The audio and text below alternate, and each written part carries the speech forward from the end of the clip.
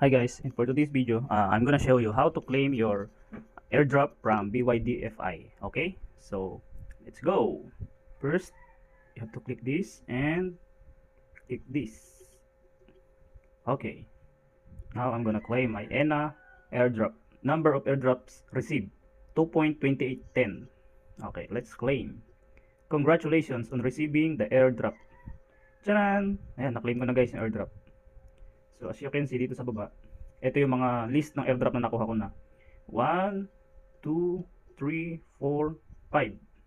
5 airdrops guys. So kung gusto mo rin na makakuha ng airdrop, i-download mo lang ang BYDF at gamitin mo ang aking referral para makakuha ka ng mga airdrop. Ito yung aking referral guys. USN X8B.